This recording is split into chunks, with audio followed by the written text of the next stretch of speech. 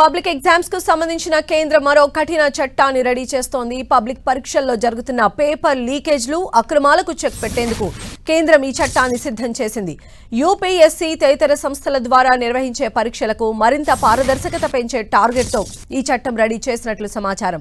The public examination సవరణ bill 2026ను తీసుకొచ్చింది. కేంద్ర మంత్రి జితేంద్ర సింగ్ ప్రతిపాదించిన ఈ బిల్లును రేపు లోక్సభలో ప్రవేశపెట్టే ఛాన్స్ ఉందని తెలుస్తోంది. ఈ బిల్లుకు సంబంధించిన ప్రతులను ఇప్పటికే సభ్యుల పోర్టల్లో అప్లోడ్ చేశారు. పేపర్ లీకేజీలకు సంబంధించిన 2024 నాటి చట్టానికి కీలక సవరణ చేస్తూ ఈ బిల్లు రూపొందించారు.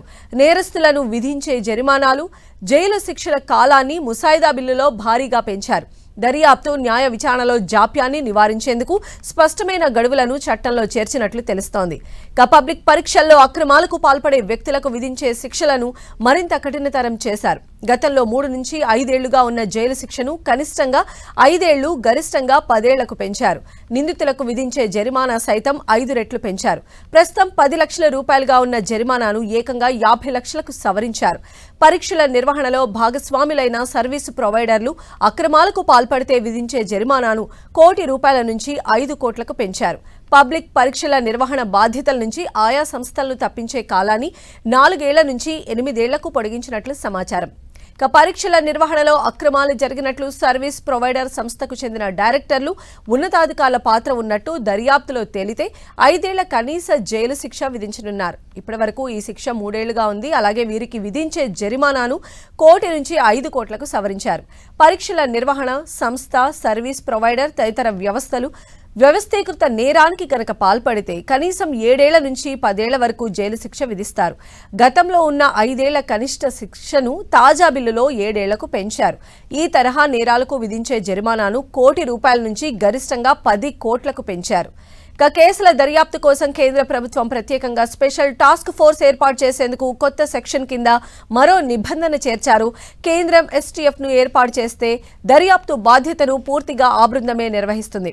కొత్తగా చేర్చిన సెక్షన్ 12A ప్రకారం పోలీస్ స్టేషన్లో కేసు నమోదైన నాటి నుంచి లేదా కేంద్ర దర్యాప్తు సంస్థ STFలకు కేసును అప్పగించిన తేదీ నుంచి ఖచ్చితంగా 2 నెలల్లోగా దర్యాప్తు పూర్తి చేయాలని బిల్లులో నిర్దేశించారు.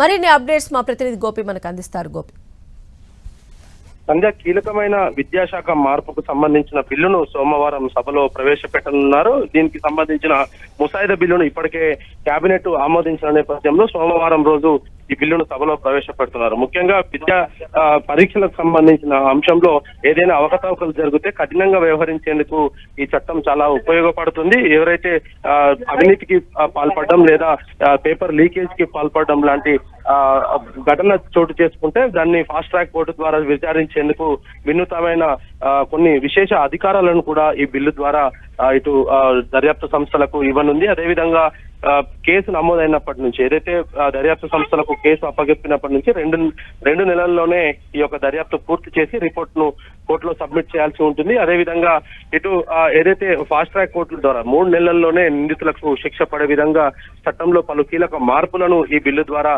చేయనున్నారు. మరోవైపు ఇటు ఇటీవల జరిగిన ఏదైతే నీట్ ప్రశ్నపత్రం లీకేజ్ అనంతరం జరిగిన గందరగోళ పరిస్థితులు, విద్యార్థులు రోడ్లపైకి ఎక్కడము, పెద్ద ఎత్తున కూడా నిరసనలు తెలపడం, ఎటువంటి ఘటనల దృష్ట్యా మరి ఈ నిర్ణయం అయితే కేంద్రం తీసుకోవడం జరిగింది. 2024లో తీసుకొచ్చిన పరీక్ష విధానాలకు సంబంధించిన చట్టంలో పలు కీలక మార్పులు చేసేందుకు ఇప్పటికే కేంద్రం కసరత్తు అయితే ప్రారంభించడం జరిగింది. మరి సోమవారం ఈ బిల్లు పాస్ అయితే మరి రానున్న రోజుల్లో ఎటువంటి పరీక్షలైనా సరే లీకేజ్ అవ్వడము లేదా ఆ పరీక్ష పత్రాలను దొంగతనం చేయడం లాంటివి చేస్తే గనక వారిపైన కఠినంగా శిక్షించేందుకు ఈ చట్టం ఉపయోగపడుతుంది. ఇంతకు ముందుకు ₹1 కోటి ఉన్న జరిమానా ఇప్పుడు 10 కోట్లకు పెంచుతూ నిర్ణయం తీసుకోవడం జరిగింది. సంధ్య.